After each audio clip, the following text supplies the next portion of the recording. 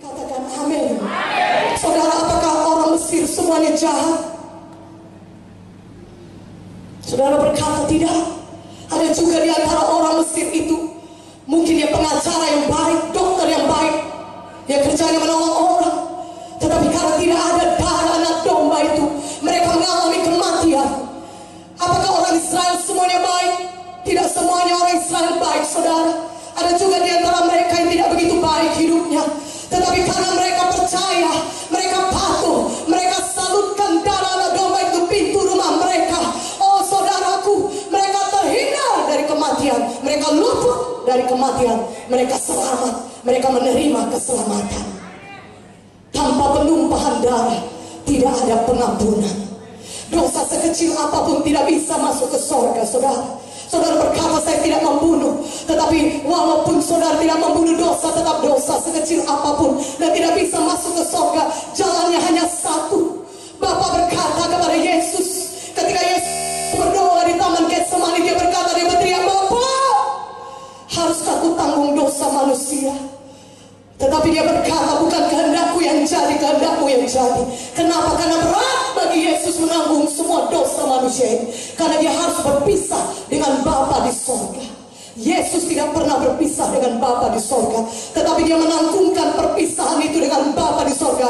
Kenapa? Karena dia mengasihi saudara dan saya. Dia mau menanggung dosa saudara. Saudara-saudara tidak perlu lagi menanggungnya. Yesus substitusi kita. Yesus ganti kita. Ubah dosa dalam maut. Seharusnya kita yang dihukum karena dosa-dosa kita, saudara. Seharusnya kita yang dicambuki karena dosa kita. Kita tidak layak masuk ke dalam kerajaan sorga. Ubah dosa dalam maut, tapi Yesus menggantikan tempat kita. Dia mengambil semua dosa manusia ini. Dia mengambil dosa kita. Dia taruhkan di dalam tubuhnya di kayu salib.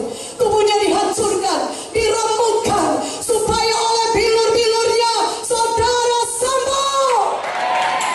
Haleluya.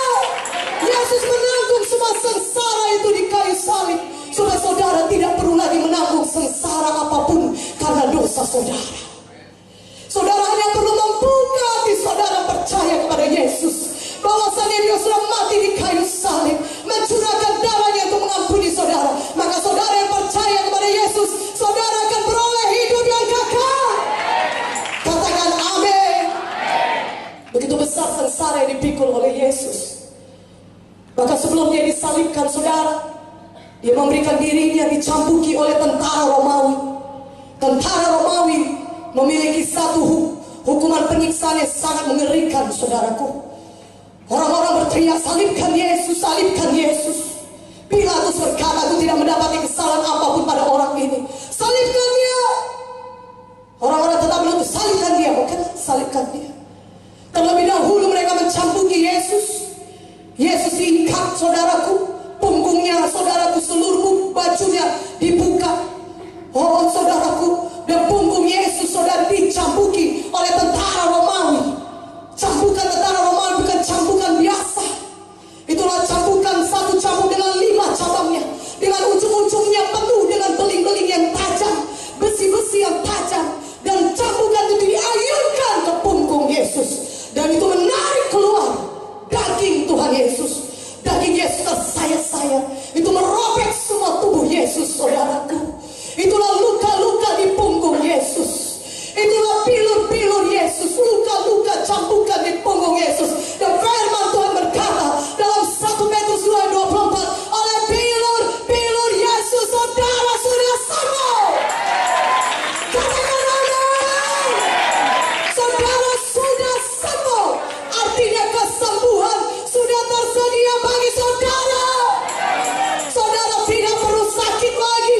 Tuhan Yesus mau saudara sembuh, karena dia sudah menanggung penyakit saudara di kayu salib. Tuhan Yesus mau saudara sembuh, karena dia sudah berpilur-pilur supaya saudara sembuh.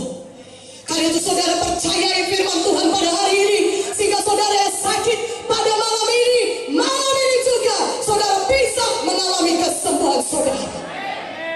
Karena semua penyakit saudara sudah selesai ditanggung oleh Yesus di kayu salib. Katakan amin. Ya dengan sukacita, katakan amin. Yang percaya dia bisa sembuh, sudah sembuh oleh pil Yesus, katakan amin. Saudara yang sakit, coba angkat tangan saudara. Berapa orang saudara yang sakit?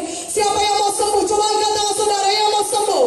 Haleluya. Mari katakan sama-sama, oleh pil Yesus saya sudah sembuh. Terima kasih Tuhan, saya terima kesembuhan di dalam nama Yesus.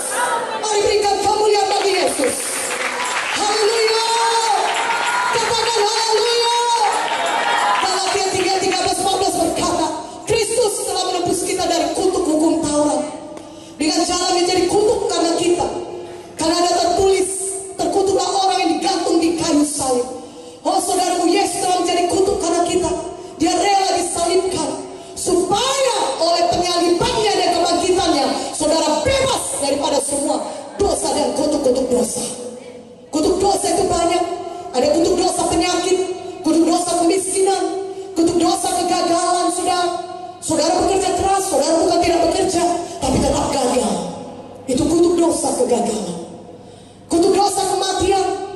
Saudara, semua orang baik-baik hidupnya, saudara bisa saja mati karena kecelakaan. Kutuk dosa kecelakaan, kutuk dosa kemiskinan.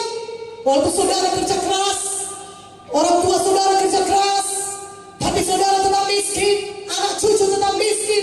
Itu kutuk dosa kemiskinan, kutuk dosa penyakit. Saudaraku, nenek saudara mati karena penyakit jantung, orang tua saudara juga demikian. Dan saudara juga akan mengalami demikian. Itu kutuk dosa penyakit. Tapi Yesus sudah berbilur-bilur di kayu salib, sudah mati di kayu salib.